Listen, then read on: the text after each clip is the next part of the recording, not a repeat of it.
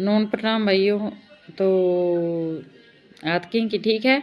तो आप वीडियो ले रही हूँ आज हूँ थारा खातर जी की है बागेश्वर धाम का जी का धीरेन्द्र कृष्ण शास्त्री जी है बांगो बे जी के टाइम जनता की अदालत में बैठा है तो बे एकदम साफ बात बोलने ला रहे हैं भी हूँ सनातन धर्म को कट्टर हूँ गी चादर फादर ने कौन मानो नहीं ना हूँ मुसलमान ना उडरू ना गी और उडरू तो आ चीज़ आमने पर भी लागू है ला रही है अपने बिश्नोई संतान पर भी लागू है ला रही है कि बिश्नोई संतान ने भी एकदम डट रहे एकदम जिको है डटर सारा को सामना करना चाहिए अपना बिश्नोई पंथ ने आगे लेर जाना चाहिए जित वो कह ला रहे है भी जिका ईसाई लोग है बे 1800 लोगों ने या फिर 800 लोगों ने रोज धर्म परिवर्तन करान ला रहे जबरदस्ती साधु संतान ने गाली बकन ला रहे था हमने बिश्नोई धर्म के समाज के लोगों ने भी आगे आना चाहिए इनके लिए अरबा ने भी की बोलना चाहिए। तो ऊँचा हूँ कि थे एक बारी जिको है धीरेन्द्र शास्त्री को जनता की अदालत को इंटरव्यू जरूर देखो और भी इंटरव्यू में जिको भी बोलन ला रहे था अपने बिश्नोई साधु संतान ताई जरूर पहुँचाओ कि बे भी यार जिका भजन साखी गावे है बंग अलावा आ चीज भी बोले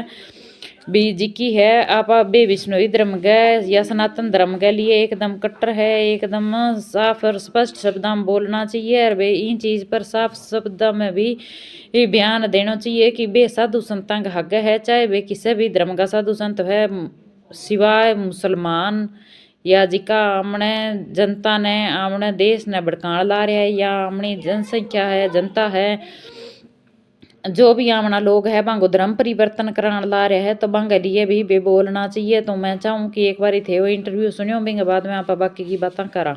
आपकी अदालत में अगला इंसान।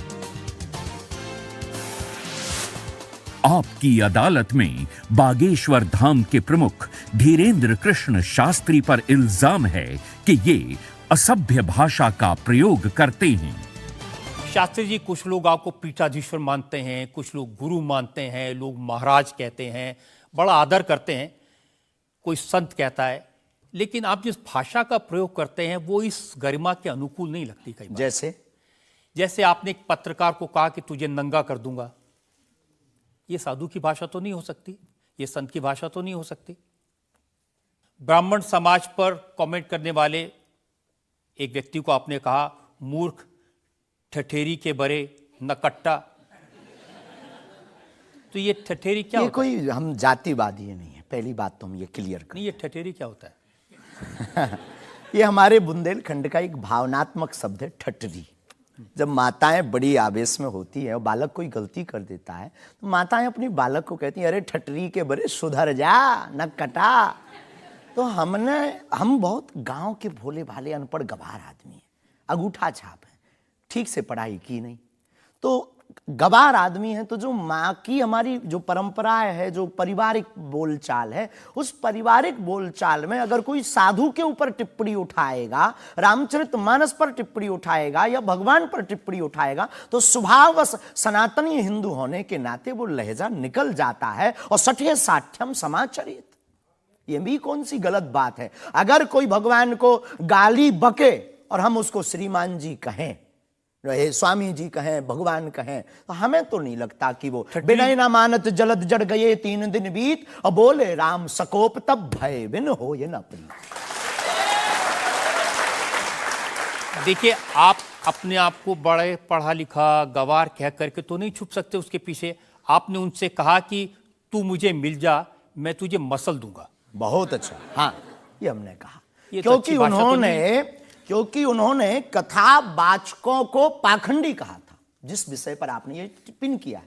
उन्होंने कथावाचक, हमने कहा कथावाचक हो सकते पाखंडी, पर पर्टिकुलर नाम लीजिए, सब नहीं हो सकते। इस भारत में जगतगुरु स्वामी रामभद्राचार्य भी है, मुरारी बापू भी कथाव्यास है, पूज्यपाद श्री मलुक पीठाधीश्वर भी कथाव्यास है, उनमें एक दास भी है। ये महापुरुषों पे आज तक कोई इल्जाम नहीं है और इन महापुरुषों पर इल्जाम नहीं है तो सब कथा। भाई, एक पत्रकार गलत हो सकता, सब नहीं हो सकता।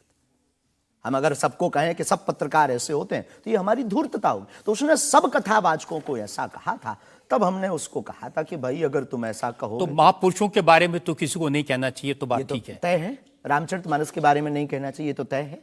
तो उसके लिए अगर ऐसा मसला कह दिया समझाने के लिए, वो है तो हमारा आदमी चेला। लेकिन आपने संत तुकाराम के बारे में क्या कहा? संत तुकार को आपने कहा संत तुकाराम की लुगाई रोज उन्हें मारती थी, रोज पीटती थी डंडे से, तो किसी ने उनसे पूछा, तुम रोज लुगाई से पिटते हो, शर्म नहीं आती?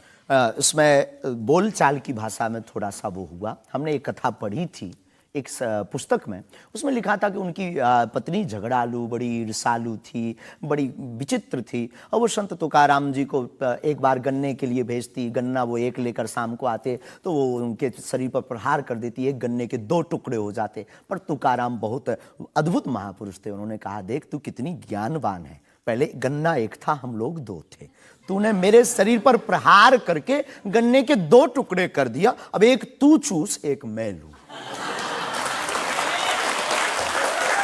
तो लेकिन आपने जो बोलचाल उसमें बिगड़ा आपने जिस अंदाज में कहा था वो सम्मानजनक नहीं था, समाज के लिए असभ्य था, इसमें कोई संदेह नहीं है। लेकिन हम अपनी भाषा से समझने का कोशिश करते हैं, जो कई बार हमारी भाषा लोगों के अनुरूप फिट नहीं है। कभी नहीं, आपको नहीं लगता कि संत तुकाराम जैसे महान संत के बारे में ये कह दिया, उसके लिए हमने गलती माननी चाहिए? बिल्कुल, अगर ये किसी की भावनाओं को ठेस पहुंचा तो संतों के प्रति हमारे हृदय में अथाह प्रेम है, अथाह प्रेम। और हम स्वप्न में भी, हम तो खुद साधु परंपरा से जीवित हुए हैं, नालायक से बोलने लायक संतों के कारण हुए। और हम अगर संतों का अनादर करेंगे तो अपनी जिंदगी में हम रहेंगे कहाँ?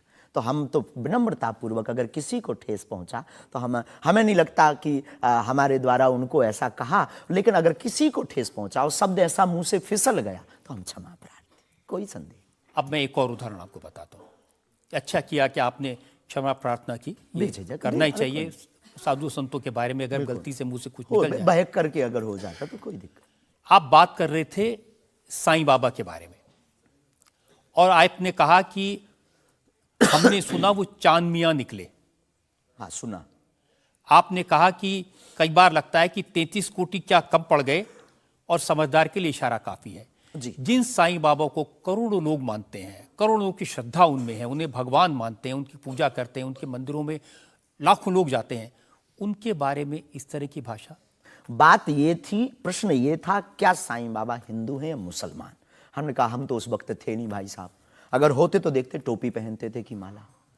तो हमने जो सुना है, कोर्ट ने कहा, ऐसा एक पत्रकार में पत्र वार्ता में निकला है कि वो चांद मियां है। उन्होंने, उनके जो कमेटी के लोग हैं, उन्होंने क्षमा मांगी, तो हमने यही बात उनको बता दी, बस प्रेस की बात बता दी। तो हमसे ज्यादा ये आरोप जिस पत्रकार ने ये छापा है उस पर उठना चाहिए। नहीं, लेकिन आपके कहने से लोगों की भावनाएं आहत हुई। हमारा किसी भी संत के प्रति अनादर नहीं, सब धर्मों के प्रति सम्मान है। जो जिस धर्म को मान रहा, बलपूर्वक उसको मानना चाहिए। हम सिर्फ अपने धर्म के कट्टर हैं, सिर्फ ये बताना चाहते हैं हम आपको। तो साईं बाबा का सम्मान करते हैं आप? बेझिझक, संत के नाते, संत के नाते बेझिझक। हमें उस बाबा साईं बाबा से क्या आपत्ति है, क्या विपत्ति है?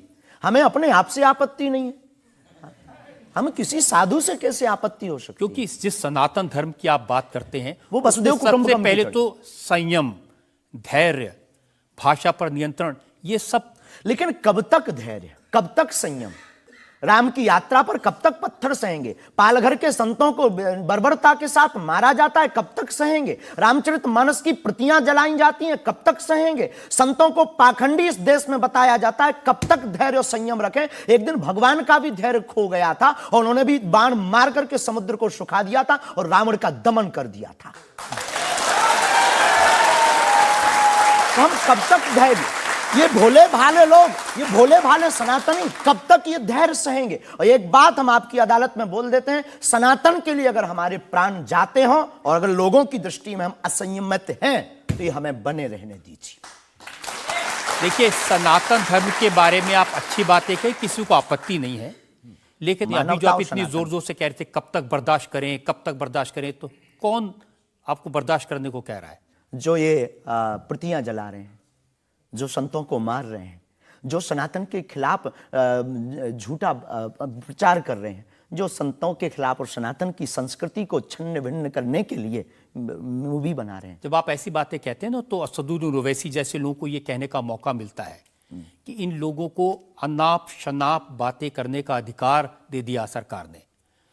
उनको लगता है कि इस तरह की बातें करते हैं उससे समाज में नफरत पैदा होती है, दीवारें खड़ी होती हैं। हम करें तो चोरी, वो करें तो सीना जोरी।